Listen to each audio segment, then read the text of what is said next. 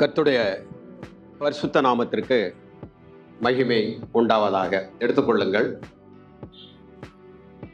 ரோமர்கள் நிறுவம் 12வது அதிகாரம் 1வது வசனம்.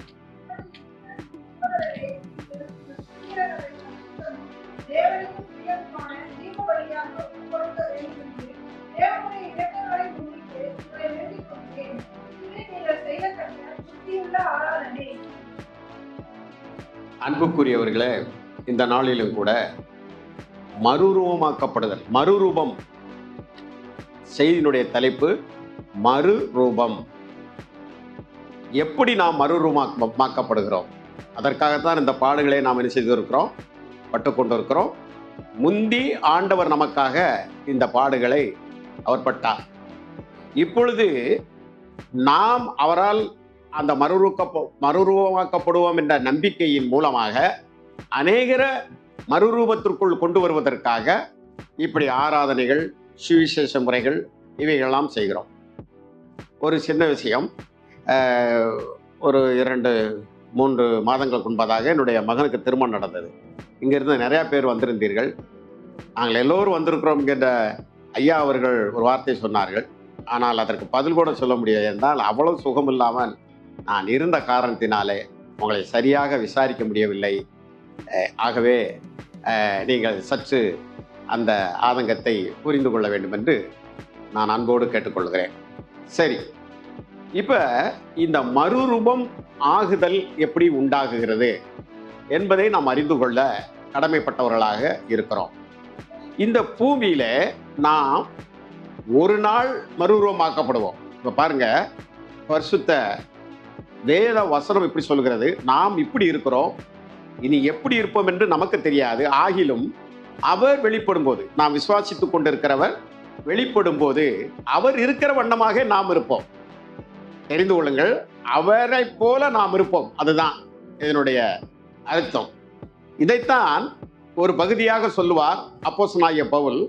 நீங்கள் கிறிஸ்துவின் நிருபம், கிறிஸ்துவின் பண்ணை, கிறிஸ்துவின் மாளிகை, கிறிஸ்துவினுடைய அனைத்து கோட்பாடுகளும் அவருடைய செராக்ஸ் காப்பியாகவே நீங்கள் ஜீவித்துக் கொண்டிருக்கிறீர்கள் என்று சொல்வார். ஏனென்று சொன்னால், மனுஷகுமாரனுடைய மறு ஒரு செராக்ஸ் காப்பி போல பரிசுத்த வேதாகம் இருந்து கொண்டிருக்க, அவருடைய சுவிசேஷம் இருந்து கொண்டிருக்கிறது.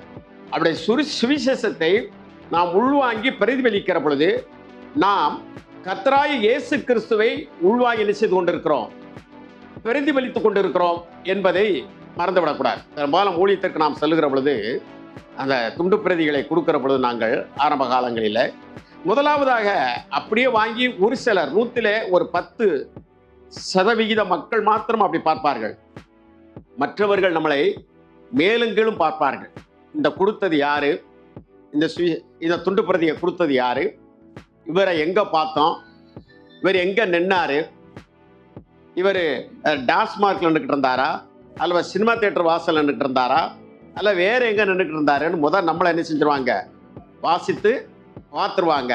அதுக்கு பிறகுதான் அனுப்பிச்சுவாங்க, துண்டு பிரதியை வாசிப்பாங்க. இதை நீங்க நம்முடைய ஊழிய அனுபவங்களிலே பார்த்தால் தெரியும். பைபிள் எடுத்து நாம் சர்ச்சைக்கு வருகிறோம். நேற்றைய தினத்தில் சனிக்கிழமை காலை குழாயிலே நாம் என்ன செய்து கொண்டிருந்தோம் என்பதை இந்த உலகம் என்ன செய்யும், உற்று பார்க்கும். அது மாதிரி நாம் நம்முடைய வேலை ஸ்தலங்களில மற்றவர்களைப் போல நாம் இருந்தோமா என்பதை இந்த உலகம் என்ன செய்கிறது, நம்மளை உற்று பார்க்கிறது. ஏனென்று சொன்னால், இங்கு எழுத்தால் பொறிக்கப்பட்டிருக்கிறது, நமக்குத்தான் இது தெரியும் இதனுடைய ரகசியங்கள். ஆனால் இதை படிக்காதவர்கள், பைபிளை படிக்காதவர்களுக்கு பைபிளாக யார் இருப்பது, நாம் தான் இருக்கிறோம். எங்களுடைய ஊர் சிவகிரி பக்கத்தில் கூத்தாவிடப்பட்டி, அதை கொத்தாவிடப்பட்டி என்று சொல்வார்கள். அங்கே காலேப்பு என்பவர் ஒருவர் வயதானவர் மரித்து போனார். ஒரு குறிப்பிட்ட ஒரு சேரியிலே மக்கள் இருந்தார்கள். அவர்கள் ஆலயத்துக்கு வருவார்கள். அது ஒரு பெந்தைக்கோஸ்து ஆலயம். அந்த ஆலயத்திற்கு அவர்கள் வருகிற பொழுது நாங்கள் எல்லோரும் அப்பொழுது சிறுவர்கள் தான். அப்படி சிறுவர்களாக நாங்கள் இருக்கின்ற காலத்தில் இந்த காலேப் என்பவர் மரித்து போனார். அவரை அடக்கம் செய்த பொழுது அவருடைய உறவினர்களில் ஒருவர் எழுந்து ஒரு சாட்சியாக சொன்னார். எப்படி என்றால், உங்களுடைய கரங்களில் எல்லாம் பைபிள் இருக்கிறது, ஆனால் எங்கள் கரங்களில் இருந்த பைபிள் என்ன செய்து விட்டது? உதைக்கப்பட்டு விட்டது அப்படின்றார். அதாவது அவர் தெரிந்து சொல்கிறாரா தெரியாம சொல்கிறார் என்பது அர்த்தம் வேறு. ஆனால் இப்படி அர்த்தம் என்ன? அந்த காலேப் என்று சொல்லுகிறவர் பைபிளை போல அவர் என்ன செய்திருக்கிறார்? வாழ்ந்திருக்கிறார். அதுதான். அப்போ நம்மளை இந்த உலகம் எப்படி பார்க்கும் என்றால், இன்றைக்கு வேகமாக கடந்து சென்று கொண்டிருக்கக்கூடிய உலகம் நம்மளை பார்க்கிற பொழுது அது எப்படி பார்க்கிறது என்று சொன்னால், நம்மளை கிறிஸ்துவின் நிறுவங்களாக, கிறிஸ்துவின் மாளிகையாக, அவரிடத்தில் வரக்கூடிய அளவில் இழுக்கக்கூடியவர்களாக நாம் வாழ்ந்தால்தான் நாம் கிறிஸ்துவுக்குள் வாழ்கிறோம் என்பது ஒரு உண்மை என்ன செய்யும்? புலனாகும். இப்படி வாழ்கிறவர்கள் முதலாவது எடுத்துக்கொள்ளுங்கள். எதை நான் சொன்னேன்? ஒரு பைபிள் நிறுவங்களாக நாம் என்ன செய்ய வேண்டும்? இந்த பூமியிலே வாழ்ந்து கொண்டிருக்க வேண்டும். வாழாமல் சாட்சியற்றவர்களாக, உலகத்தில் பலவிதங்களை நம்மளுக்கு குற்றம் சாட்டலாம். நம்முடைய மனச்சாட்சியின் அடிப்படையிலே குற்றச்சாட்டு இல்லாமல் இருக்குமானால் நாம் மறுரூபமாவது கஷ்டம். அது மாத்திரமல்ல, ஆண்டவருடைய வார்த்தையை இன்னும் சரியாக உள்வாங்கிக் கொள்ளவில்லை. அப்படியே உள்வாங்கியிருந்தாலும் மனம் திரும்பாமல் நாம் இருக்கிறோம். ஆகையினால்தான் இந்த வேத பகுதியிலே நான் உங்களுக்கு சொல்லுகிறேன், எப்படி நாம் மறுரூபமாக முடியும் என்பதை இந்த வேதம் நமக்கு வெளிப்படுத்தி காட்டுகிறது. அது என்ன என்று பாருங்கள். 12 அந்த 1 மறுபடியும் வாசியுங்கள்.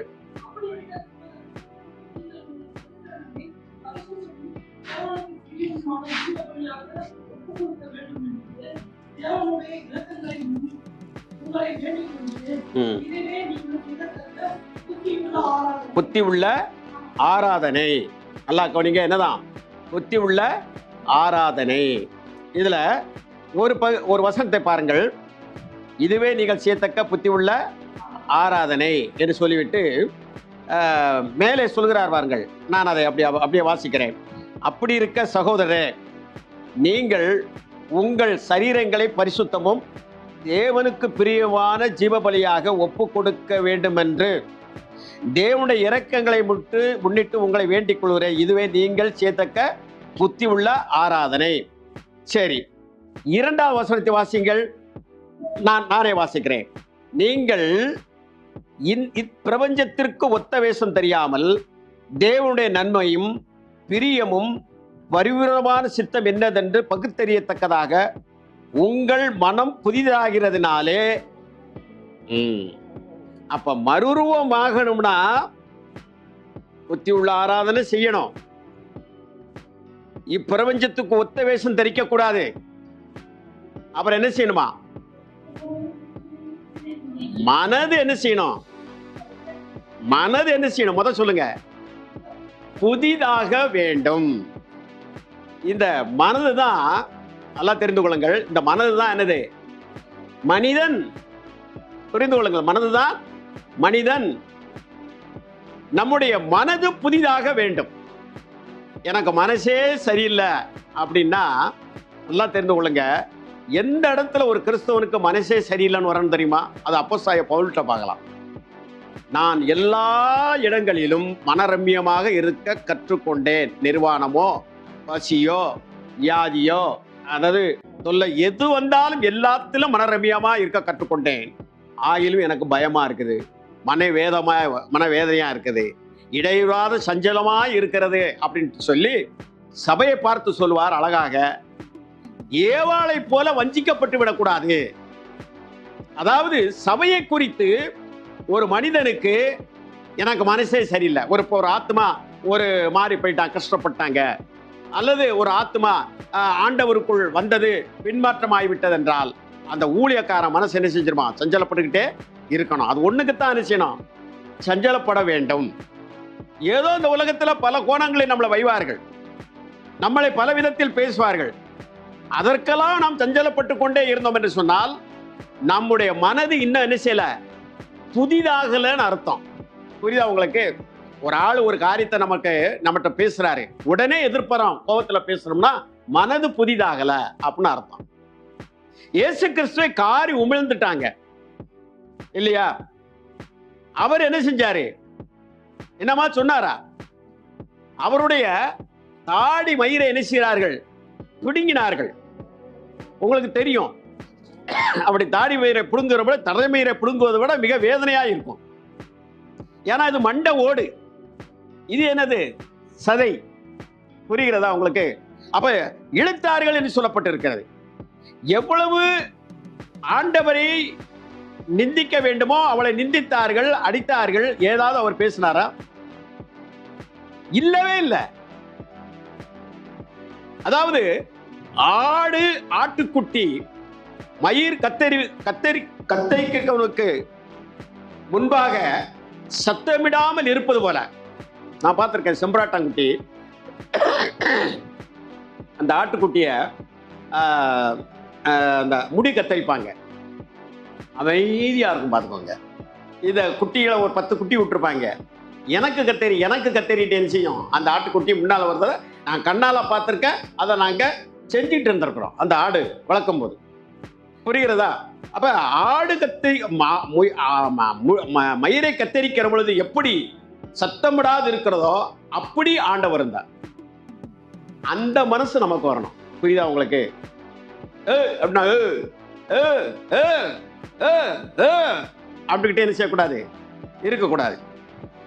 அப்ப அப்படி வந்ததுன்னா கோவம் வந்தாலே மனசு புதிதாகலாம் எதாக ஆக முடியாது, மறுரூபம் ஆக முடியாது. மறுரூபமானத்தான் பரலோராட்சியத்துக்கு போக முடியும். இது பயிற்சி. உங்க மனசு புதிதாகிறதுக்கு பயிற்சி. அப்ப இயேசு கிறிஸ்து பேதுரு, யாக்கோபு, யோவான் ஆகிய மூவரையும் அவர் என்ன செய்கிறார் என்று சொன்னால் அழைத்து கொண்டு போகிறார். இந்த எருமோன் மலைக்கு போகிறார். மறுரூப மலை என்று நமக்கு அதற்கு பேர் வைத்திருக்கிறோம். அந்த மலையில இயேசு கிறிஸ்து போய் என்ன செய்கிறார் அப்படின்னா மறுரூபமானார்னு சொல்லியிருக்கு. மத்தேயு சுவிசேஷம் 17ஆம் அதிகாரத்தை வீட்டில் படிச்சு பாருங்க. அவ மறுரூபமாகிற பொழுது வெண்மையா இருந்தார் சொல்லப்பட்டிருக்கிறது. இந்த உலகத்துல அப்படி ஒரு வெண்மையாக துவைக்கவே முடியாது. அதற்கு ஒரு பொடியை போட்டு அப்படிப்பட்ட ஒரு வெண்மை கிடைக்கவே கிடைக்காது. இன்றைக்கு சிபிஎம்ல, புதிய எருசலேமில் இப்படி போன்றவர்கள் வெண்மையான உடையை உடுத்தி வருவார்கள். அவர்கள் சொல்வார்கள், இந்த வெண்மை வர வேண்டும் என்றால் இதற்கென்று ஒரு அபிஷேகம் இருக்கிறது என்று சொல்வார். நான் அந்த சகோதரர்களே ஊழியத்தை கூட்டி சென்றிருக்கிறதுனால அவர்களிடத்தில் அந்த பவுடர், அந்த பொடியெல்லாம் வாங்கி போட்டு பார்த்துருக்கிறேன். நமக்கு ஏன் அந்த வெண்மை வரல அப்படிங்கிற கண்டுபிடிச்சா, நான் மகளை பெற்றெடுத்திருக்கிறேன், அதை தூக்குறேன், அதை கொஞ்சுகிறேன். அவங்களுக்கு அப்படி கிடையாது. நான் சொல்ல உங்களுக்கு புரியுதா? அவங்க எதுலையும் ஒட்டாம என்ன செய்வாங்க? இருப்பார்கள். அதனால அந்த வெண்மை என்ன செய்கிறது? கிடைக்கிறது.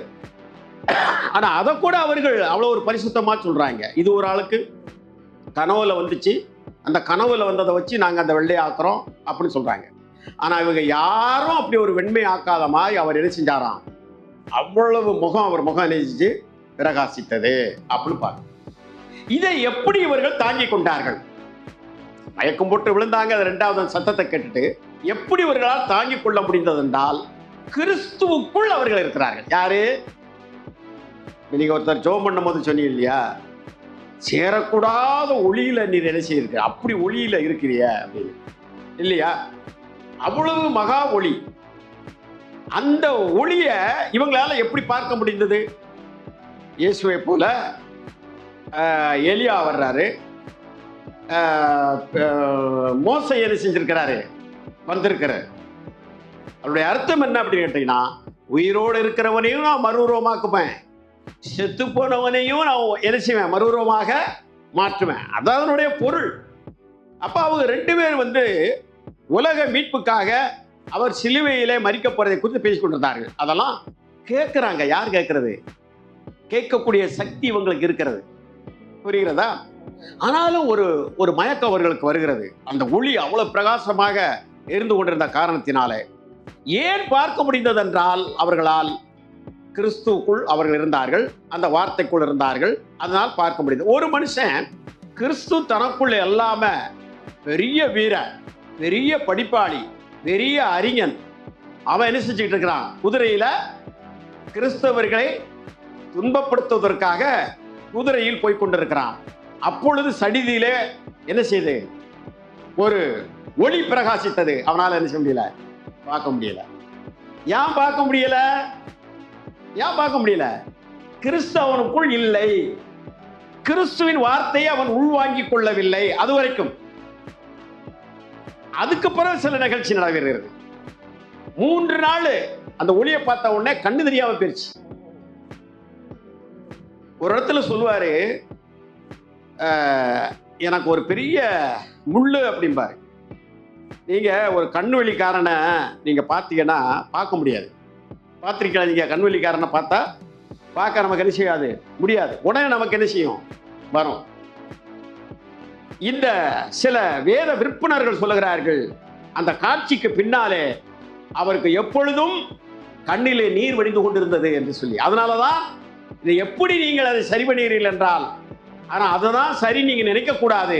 ஆனால் அதற்கு ஒரு வசனம் தருகிறேன்.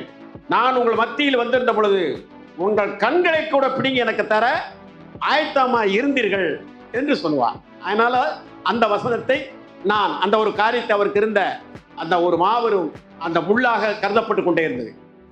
அப்ப நல்லா நீங்க யோசிச்சு பாருங்க. அவரை தரிசிக்க வேண்டும் என்றால் ஒரு மனுஷன் மறுரூபமாய்த்தான் ஆகணும். இன்னைக்கு நீங்க பாத்தீங்கன்னா ஆண்டவர் எனக்கு தரிசனமானாரு அப்படின்னு அவர் வார்த்தையில பேசியிருப்பாரு, செஞ்சிருக்கலாம். ஆனா இவங்க எப்படி பார்க்கறாங்க அப்படின்னா, அவர் ஒரு சடையை வளர்த்து இப்படி இது பண்ணி இப்படி படங்கள்ல பார்க்கறாங்க இல்லையா? இதை வச்சு அவர் எனக்கு எது நம்ம மூளையில ரிக்கார்டா உட்கார்ந்துக்கிட்டு இருக்குதோ அதுதான் என்ன செய்யும்? கனவுல வரும். உங்களுக்கு புரியுதா? இயேசு கிறிஸ்து இப்படி வளர்த்திருப்பாரு நினைக்கிறீங்களா? யாராச்சும் யோசிச்சிருக்கீங்களா? இப்படி வளர்த்திருக்க மாட்டாரு. அதெல்லாம் இல்ல. எப்படி வளர்ப்பாரு? ஆண்கள் சபைக்கு உபதேசிக்கிற பொழுது ஆண்கள் முடியை நீளமாக வளர்ப்பது அது அவர்களுக்கு அயோக்கியத்தனம். பெண்கள் முடியை குட்டையாக வெட்டிக் கொள்வது அது அவர்களுக்கு அயோக்கியத்தனம் என்று சுபாவமே போதிக்கிறது. அப்படியானால் வேதத்தை தந்தவர் அதை மீறுவாரா? யோசித்து பார்க்கணும்ல. ஆண்களுக்கும் பெண்களுக்கும் வித்தியாசம் தெரியும்ல. ஆண்கள் ஆண்களாக இருக்க வேண்டும், பெண்கள் பெண்களாக இருக்க வேண்டும். இதை தெரிந்து கொள்ளுங்கள். ஏனென்றால் ஆணினிடத்திலிருந்து பெண்ணை பிரித்து விட்டார் ஆண்டவர்.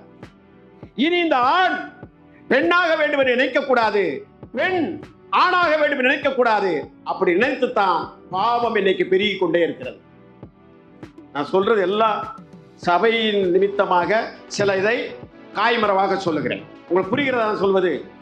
அப்போ இப்படிப்பட்ட ஒரு சூழ்நிலைக்குள்ள வந்திருக்கின்ற பொழுது வேதத்தை மீறி ஆண்டவர் எந்த இடத்திலும் செயல்படவில்லை. நன்றாக தெரிந்து கொள்ளுங்கள். இந்த தீர்க்கதரிசனத்தில் உள்ள வசனங்கள், பைபிளில் உள்ள வசனங்கள் எல்லாம் ஒன்றும் அழிந்து போவாது. ஒரு உறுப்பை கூட நான் அழிக்க வரவில்லை, அதை நிறைவேற்ற வந்தேன் என்று சொன்னார்.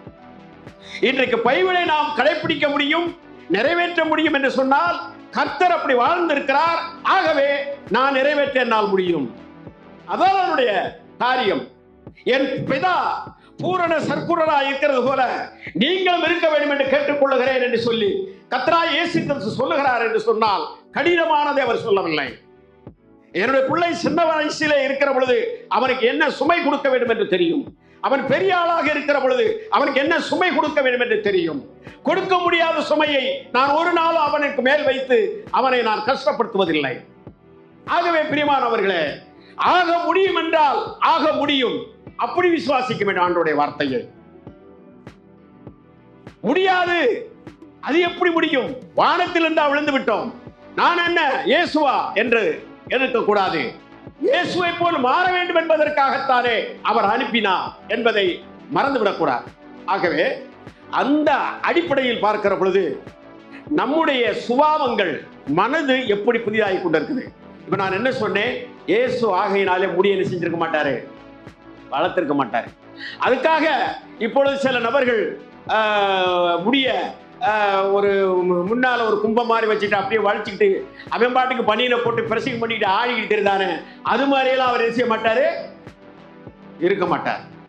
ஒரு நார்மலான ஒரு மனிதனாக அவர் என்ன செய்தார், இருந்தார். அதை நீங்க மனதில் வைத்துக் கொள்ளுங்கள்.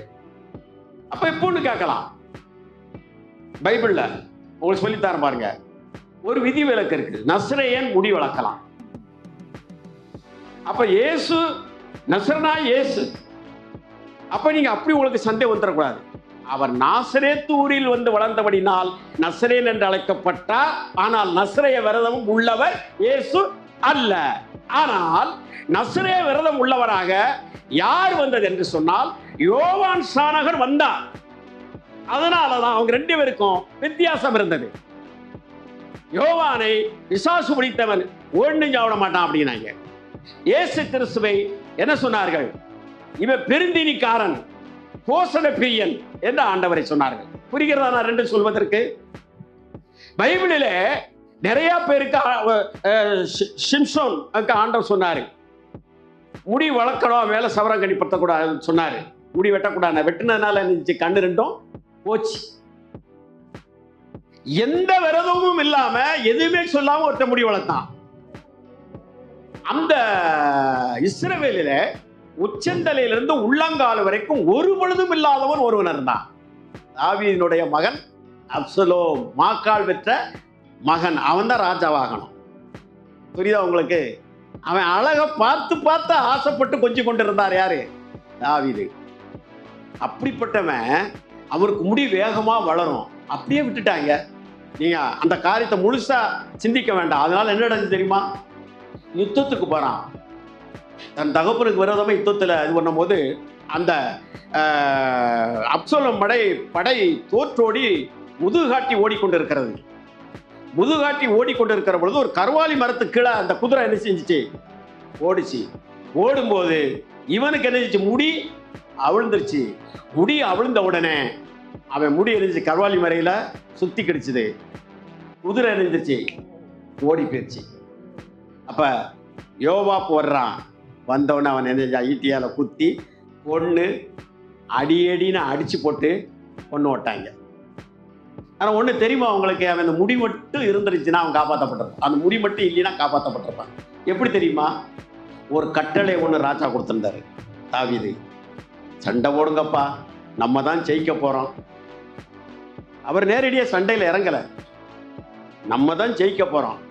ஆனா பிள்ளையாண்டனாய அப்சலோம கொஞ்சம் என் நிமித்தமாக மெதுவா நடத்துங்கப்பா. அப்படின்னா என்ன அர்த்தம்?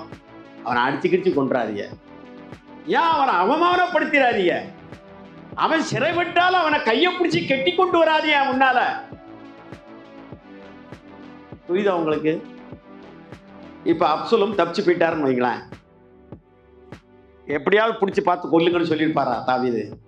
நிச்சயமா சொல்லியிருக்க மாட்டார். அதான் அவர் அழுகிறாரு. அதாவது ஒவ்வொருத்தரும் வந்து வெற்றி செய்தியை சொல்லிக் கொண்டே இருக்கிறார். ஒவ்வொருத்தரும் அப்படியா? பிள்ளையாண்டானாய அப்சலோம் சுகமா இருக்கிறாரா? இதைத்தான் கேட்கிறாரு. தன்னுடைய படை முன்னேறி கொண்டிருக்கிறது என்பதை பெரிதாக கருதவில்லை. இன்னொருத்த வந்து சொல்றான், பிள்ளையாண்டனாய அப்சலோம் சுகமாய் இருக்கிறானா கேட்கிறாரு. 3வது ஒருத்தன் வந்தான், ராஜாவே அது மாதிரி உமக்கு நடக்க விட அவனை அடிச்சு கொண்டே ஓட்டாங்க. அந்த உடனே வசத்தை கிழித்து கொண்டு, ஓ என் மகனாய அப்சலோமே, என் மகனே, என் மகனாய அப்சலோமே, உனக்காக நான் செத்திருந்தால் நலமாயிருக்குவே, நீ செத்து போனாயே அப்படின்னு அலர்னா. என்ன சர்வசாதாரண நினைக்கிறது? அந்த முடிதான் அந்த பாடுபட்டுச்சு. முடியே அவனுக்கு நினைஞ்சிச்சு.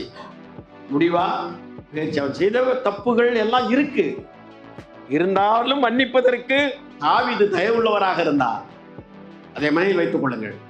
ஆகவே நான் இதெல்லாம் ஏன் சொல்கிறேன் என்று சொன்னால், கனவில் கர்த்தர் வந்து பேசினார், அதில் பேசினார், இதில் பேசினார் என்று உபதேசங்களாக சபையில் ஒரு நாளும் சொல்லிவிடாதீர்கள்.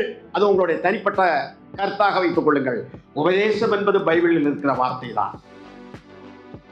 பைபிளில் என்ன சொல்லி இருக்கிறதோ அதன்படி நடந்து பார்த்தால் வெற்றி. மரியாளிடத்தில் போய் கேட்கிறார்கள், தண்ணீர் இப்படி ரசம் இல்லையே என்று. இயேசுவினிடத்திலே சொல்லுகிற பொழுது அந்த இடத்தில் இயேசுவினுடைய சக்தியை அவர் ஒருவர் அறிந்திருக்கார், சீடர்களும் அறிந்திருக்கலாம். சீடர்களோடு அந்த அளவுக்கு இன்னும் அறியவில்லை. மரியாளுக்கு தெரியும் அவர் யார் என்று. ஆனால் சொன்னார், ஸ்திரியே, உனக்கு எனக்கு என்ன, என் வேலை வரவில்லை. நல்ல வேளைக்கு அன்னைக்கு அப்படி சொன்னார். இன்னைக்கு 150 கோடி பேர்ல 110 கோடி பேர் எதுலதான் இருக்காங்க? மரியாதை என்று கொண்டுதான் இருக்கிறார்கள். அந்த மனதில் வைத்துக் கொள்ளுங்கள். ஆண்டவர் என்ன, அந்த அம்மா சொல்லுது, அவர் உங்களுக்கு என்ன சொல்லுகிறாரோ அதன்படி செய்யுங்கள். இன்னைக்கு நாம் என்ன செய்வோம்? பைபிள் என்ன சொல்லுகிறதோ அதன்படி செய்யுங்க, நீங்க பிழைப்பீர்கள். அப்போ நம்ம மறுரூபமாகணும்னா இந்த மனசு என்ன செய்யணும்? வசனத்தின் மூலமாக புதிதாக்கப்பட்டு கொண்டே வரட்டும். புரியுதா உங்களுக்கு? அப்ப இந்த மனது புதிதாக புதிதாக கோபம் குறையும், நாம் செய்து கொண்டிருக்கக்கூடிய பாவம் குறையும், நாம் செய்து கொண்டிருக்கக்கூடிய பலவிதமான தேவையற்ற செயல்பாடுகள் எல்லாம் குறைந்து கொண்டே இருக்கும். இந்த மனது புதிதாகிறதுக்கு இன்னொரு விஷயத்தை நான் உங்களுக்கு சொல்றேன் பாருங்க. ஒரு மனுஷன் அதாவது இவர் சொல்வாரு, தாவீது, என் படுக்கையை நான் ஈரமாக்கினேன் அப்படிம்பாரு. நான் படுக்கையை ஈரமாக்கினேன், நான் செய்த தவறுகளுக்காக அழுதேன் அப்படின்னாரு. அது ஒவ்வொரு பேருமே என்ன செய்யணும் அப்படின்னா, இரவு படுக்க போகும்போது நம்ம யோசிக்கணும். எப்படி யோசிக்கணும் அப்படின்னா, ஆண்டவரே, அந்த கூட்டத்தில் நான் அவ்வளோ நெருக்கடியான கூட்டத்தில் நான் பேசும்போது நீர் என் பக்கத்தில் இருந்திருந்தீங்கன்னா நான் பேசுனது சரிதானா? எவ்வளோ வேதனைப்பட்டிருக்கேன். நான் அந்த பையனோடு பேசுகிற பொழுது, நான் அந்த பெண்ணோடு பேசுகிற பொழுது, நான் என் தகப்பனோடு பேசுகிற பொழுது, நான் என் பிள்ளையோடு பேசுகிற பொழுது நீர் என் நடுவில் இருக்கவில்லையா? உம்முடைய மனம் எவ்வளவு வேதனைப்பட்டு இருக்கும் என்று அழுகிற அழுகைதான் நம்முடைய தலையணையை ஈரமாக்குகிறது. நன்றாக தெரிந்து கொள்ளுங்கள். ஒவ்வொரு நாளும் இதை நாம் செய்ய வேண்டும். கர்த்தருக்கு முன்பாக நம்முடைய பாவம் தான் அவரையும் நம்மையும் மறைக்கிறது என்றால், இப்பொழுது இன்னைக்கு வந்த ஒரு சோர்வா இருக்குது, என்னத்த ஜெபம் பண்ண, ஒரே டென்ஷனா இருக்கு அப்படின்னு நீங்க அந்த குப்பையை வச்சுக்கிட்டீங்கன்னா அது ஒரு மூலையில கிடக்கும். இப்படியே இந்த குப்பை என்ன செய்யும்? பரகி பரவி என்ன செஞ்சிடும்? அப்படியே என்ன செஞ்சிடும்? மலை மாதிரி குமிஞ்சிடும். ஒரு நாள் கர்த்தருக்கும் நமக்கும் அதை என்ன செஞ்சிடும்? மறைவா வேறும். அப்ப அன்றன்று உள்ள நிகழ்வுகளை இரவில் படுக்க போவதற்கு முன்பதாக ஆராய்ந்து, அதான் வேதம் சொல்லுகிறது. அதாவது கோபம் கொண்டாலும் பாவம் செய்யாதீர்கள். அதாவது அந்த பொழுது சாய்வதற்கு முன்பதாகவே சில மணித்துளிகளிலே உங்களுடைய வைராக்கியம், உங்களுடைய கோபம், நீங்க பேசிதான காரியங்கள் மறைந்து விட வேண்டும் என்று சொல்கிறார். இப்படி நாம் தொடர்ந்து நம்முடைய செயல்பாடுகளை நாம் குறைத்து கொண்டே ஆண்டோடைய வார்த்தைகளை மாத்திரம் உள்வாங்கிக் கொண்டு முழுவதுமாக, நன்றாக தெரிந்து கொள்ளுங்கள். இப்ப நான் ஒரு கிளாஸ் இருக்குது, அந்த கிளாஸ்ல கீழே கொஞ்சம் மண்டியான தண்ணி இருக்குது. நீங்க மேல நல்ல பிரஷரா தண்ணிய அழுத்தமா ஊத்திக்கிட்டே இருந்தீங்கன்னா இந்த கீழே இருக்கக்கூடியது என்ன செய்யும்? மேல பொங்கி பொங்கி பொங்கி பொங்கி பொங்கி பொங்கி கடைசி அடைஞ்ச நல்ல தண்ணி என்ன செய்யும்? உள்ள நிற்கும். அப்ப இந்த வசனம் உள்ள வர வர வர வர வர வர வர தாழ்மை உண்டாகும், மனத்தாழ்மை இருக்கும், நீடிய சாந்தம் இருக்கும், தயவு இருக்கும், நற்பண்பு இருக்கும். நான் எதற்காக கிறிஸ்து இயேசுவுக்குள் பிடிக்கப்பட்டிருக்கேன் என்று சொன்னால், நன்மை செய்வதற்காகவே நான் பிடிக்கப்பட்டிருக்கிறேன். ஆகவே அந்த நன்மை செய்ய வேண்டும், இன்னும் செய்ய வேண்டும், இனிமேலும் செய்து கொண்டிருப்பேன். ஆசையாய் அதை அவரிடத்துக்கு கொண்டு சென்று கொண்டே இருக்க வேண்டும். நம்முடைய நற்சுவாவங்களை, பிரியமானவர்களே, இதுதான் மனம் புதிதாகிறது. இந்த மனம் புதிதாக என்ன நடக்கும்? நல்லா பாருங்க. சில பேர் என்கிட்ட அடிக்கடி சோமன் வரும்போது, அண்ணே நைட்டெல்லாம் பேயினிய போட்டு அமுக்குது, பல்லு அதுக்கு 2 நீண்டு இருக்குது, அப்படி இருக்கு இப்படி இருக்கு, ஒரே அமுக்கு. என்னன்னு கேட்டா, மாடம் அமுக்குதான், அவன் அமுக்குதான், இவன் அமுக்குதான் அப்படின்னு சொன்னான். அது காரணம்னா மனது புதிதாக. நீ கண்ட காட்சி, கொண்ட கோலங்கள் எல்லாம் உன்னுடைய லென்ஸ் கண்ணு மூலமா பார்த்து மூளை என்கின்ற கேமராவில் போய் பதிஞ்சு அப்படியே இருதயமாகிய இந்த தொழிற்சாலைக்குள்ள கழுவிக்கிட்டே இருக்கு அந்த பிலிம்பு. இன்னும் நல்லா கழுவு, இன்னும் நல்லா கழுவு அப்படின்னு கழுவி பளிச்சு பளிச்சுன்னு காட்டுது உங்களுக்கு. ஆனா பிரியமானவர்களே, கர்த்தருடைய வார்த்தை உங்களுக்குள் அது உங்களுடைய கேமராவில் நின்று கொண்டிருக்குமானால், உங்க லென்ஸிலே தவறாக தெரிந்ததை இந்த கேமரா படம் பிடிக்காமல் இருக்குமானால், இருதயத்திற்குள் அந்த வார்த்தை, கர்த்தருடைய வார்த்தை அசையாமல் நின்று கொண்டே இருக்கும். நிறைய பேர் புரிஞ்சுக்கிறதே இல்லை. மனம் புதிதாகிறது தான். நான் ஆண்டவர்கிட்ட போயிருவேன், போனா நல்லதுதான், எல்லாரும் போனா சந்தோஷம்தான், மகிழ்ச்சி தான். யாரும் நரகத்துக்கு என்ன செய்யக்கூடாது, போகக்கூடாது, மகிழ்ச்சி. ஆனால் ஒன்று தெரிந்து கொள்ளுங்கள், போக வேண்டுமே, அதற்கு மறுரூபமாக வேண்டுமே, என்ன செய்வது என்று சொன்னால் அதற்கு நம்ம மனசு புதிதாகணும். சில பேருக்கு பயந்து போயிடுவோமேனு ஒரு பயம், பயமுள்ள அந்த இருதயம், பயமுள்ள மனது. வேதத்தில் நாம் பார்க்கிறோம், முதலாவது நரகத்துக்கு போற ஒரு லிஸ்ட்ல என்னதான் வருது, பயப்படுகிறவர்களும். நான் அதோட சொல்லி முடிக்கிறேன். பயம், பயம்னா என்னது? வேதனை உள்ளது. அன்பு பயத்தை புறம்பே தள்ளும்.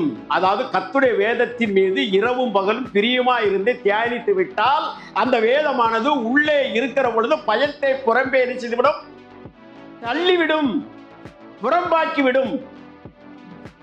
இது இல்லாம நம்ம என்னதான் காணிக்கை செலுத்தினாலும், கோயிலை கட்டினாலும், குளத்தை கட்டினாலும், எப்படித்தான் வாழ்ந்து பார்த்தாலும் இந்த இருதயம் வசனத்தினால் நிரப்பப்படாமல் இருக்குமானால் பயம் இருந்து கொண்டே தான் இருக்கும். பிரியமானவர்களே, மறுரூபமாக்கப்பட முடியாது, அவரை தரிசிக்க முடியாது.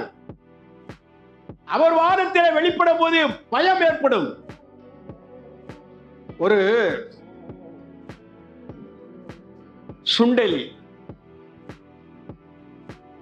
அப்படி ஓடி இருக்கு, பூனை அங்கிருந்து பார்த்திருக்கு. பார்த்த உடனே சுண்டெலிக்கு பயம் தாங்க முடியல, ஐயோ நம்மளை கடிச்சு கொன்றுமே அப்படின்னு. உடனே அது ஒரு பொந்துக்குள்ள ஓடி ஒளிஞ்சுக்கிடுச்சு. அப்ப இந்த எலி என்ன செஞ்சிச்சு அப்படின்னா, நல்லா கவனம் கேளுங்க, எலி என்ன செஞ்சிச்சுன்னா, ஒரு கடவுள்கிட்ட போய், அல்ல ஒரு பெரிய முனிவர்கிட்ட போய், ஒரு முனிவர் உட்கார்ந்துக்கிட்டு தவம் செஞ்சுக்கிட்டு இருந்தாரு. முனிவர்கிட்ட போய், ஐயா எனக்கு இந்த பூனையை கண்டா பயமா இருக்கு, என்னைய பூனையா மாத்திருங்க அப்படின்ச்சு. யாம் பூனையாக மாத்திரோம் அப்படின்னு சொல்லி தண்ணியை தொளிச்சு அவர் விட்டுட்டார். இப்போ பூனையா இருக்கு, இனிமே பூனையால் நம்மளை ஒன்றும் செய்ய முடியாது. அப்படி நல்லா பாலுங்களும் குடிச்சிட்டு அப்படியே போச்சு. ஒரு நாய் வந்துச்சு. நாய்க்கும் பூனைக்கும் பிடிக்குமா? ஓடி போய் ஒளிஞ்சுக்கிடுச்சு. மறுபடியும் அதே முனிவர்கிட்ட வந்துச்சு. வந்து, ஐயா என்னைய கடிக்க வருது, எனக்கு பயமா இருக்கு, என்னைய நாயா மாத்திருங்க அப்படின்னு இந்த பூனை சொல்லிச்சு. ஏன் மாத்தினோம்? தண்ணியை தொளிச்சாரு. அவர் கவட்ட அந்த குண்டத்தில் வச்சிருக்க தண்ணியை வச்சு அப்படி தொளிச்சாரு. தொளிச்ச உடனே அது என்ன செஞ்சு, நாயா மாறிடுச்சு. இப்போ உரிமைக்கிட்ட என்ன செய்யுது, அப்படின்ட்டு எப்படி என்ன செய்யுது, காட்டுக்குள்ள போகுது, அங்க போகுது, எங்கெங்கெல்லாம் என்ன செய்யுது போகுது. ஒரு பயமும் இல்லை, பெரிய கடிநாயா மாறிடுச்சு. அப்படியே போச்சுது.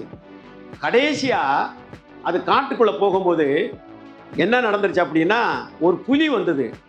புலி வந்த உடனே நாய்க்கு பயம் எடுத்துருச்சு. உடனே நாய் என்ன செஞ்சு, பயந்து போய் புலி இந்த முனிவர்கிட்ட போய் சொல்லி, ஐயா என்னைய புலியா மாத்திருங்க ஐயா, என்னால் தாங்க முடியலை அப்படின்னு, எனக்கு பயமா இருக்கு அப்படின்னு சொல்லி அது போய் சொல்லிச்சு. உடனே புலியா மாத்திட்டோம் அப்படின்னு அவர் தண்ணியை தொளிச்சாரு. புலியா மாறிடுச்சு. இப்போ அங்க போனா ஒருத்தர் துப்பாக்கி எடுத்துக்கிட்டு என்ன செய்யறான், நின்றுறான் பிடிச்சிக்கிட்டு. ஐயா நாயா இருந்தாலும் அவன் விட்டுருப்பேன் அப்படின்னு சொல்லிட்டு, நாயா இருந்தாலும் அவன் விட்டுருப்பேன், இப்ப என்ன செய்யறது அப்படின்னு வேகமா முனிவர்கிட்ட ஓடிச்சு. முனிவர் நெஞ்சார கவச குண்டெல்லாம் அந்த கம்பத்தெல்லாம் கீழே போட்டு, அத்தாடி நீ புலியெல்லாம் கடிக்க வருதுல அவர் ஓடி போயிட்டார். பயம் மறைஞ்சிச்சா? உலகத்துல என்ன வேஷம் போட்டாலும் முடியாதுங்க. வசனம் உள்ள போக போக போக மனம் புதிதாகும். மனம் புதிதாகினால் தேவனை தரிசித்துக் கொண்டே இருப்போம். தேவனை தரிசித்துக் கொண்டு அவர் வருகிற வேளையில் அவரை போல நாம் ஒரு நாள் மாறுவோம். அந்த நம்பிக்கையோடு வாழுவோம். கர்த்தர் நம்மளை ஆசீர்வதிப்பாராக. ஆமென், ஆமென்.